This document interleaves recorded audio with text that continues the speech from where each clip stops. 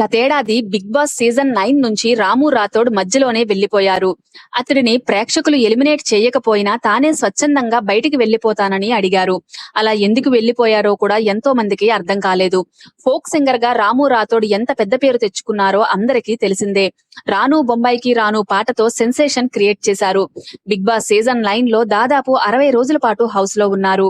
అయితే ఇక తాను ఇంట్లో ఉండలేనంటూ నాగార్జున ముందే కన్నీళ్లు పెట్టుకున్నారు.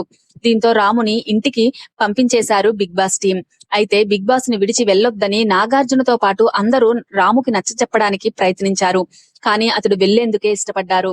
తాజాగా అలా ఎందుకు బిగ్ బాస్ నుంచి సడన్ గా బయటికి వచ్చారో వివరించాడు రాము రాథోడ్. తన పేరెంట్స్ ను చాలా మిస్ అయ్యానని, మైండ్ లో వాళ్ళు ఎలా ఉన్నారో కూడా గుర్తుకు రావడం లేదని చెప్పుకొచ్చారు. తమది చాలా పేద కుటుంబమని, తన తండ్రి 250 రూపాయల రోజు కూలీకి వెళ్లేవారని, అమ్మ కూడా 100 కూలీ కోసం నాన్నతో పాటు వెళ్లేదని చెప్పారు. కనీసం తినడానికి తిండి కూడా లేని సిచ్యువేషన్ లో ఉండేవాళ్లమని వివరించారు. అలాంటి వారిని చూడకుండా ఉండలేక బిగ్ బాస్ ను విడిచి వెళ్లిపోయానని చెప్పారు.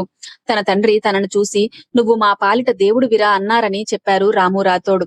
ఫోక్ సింగర్ గా రాము రాథోడ్ ఎక్కువ మొత్తంలోనే సంపాదిస్తున్నారు. ఇప్పుడు వారి కుటుంబం పేదరికం నుంచి బయటపడింది. రాము స్వస్థలం మహబూబ్ నగర్ జిల్లా భూత్పూర్ మండలం గోపాల్పూర్ తండా. ఇతడికి చిన్నప్పటి నుంచే పాటలు పాడడం, రాయడం, డాన్స్ చేయడం అంటే ఎంతో ఇష్టం. ఈటీవీ డి డాన్స్ షోలో కూడా పాల్గొన్నారు.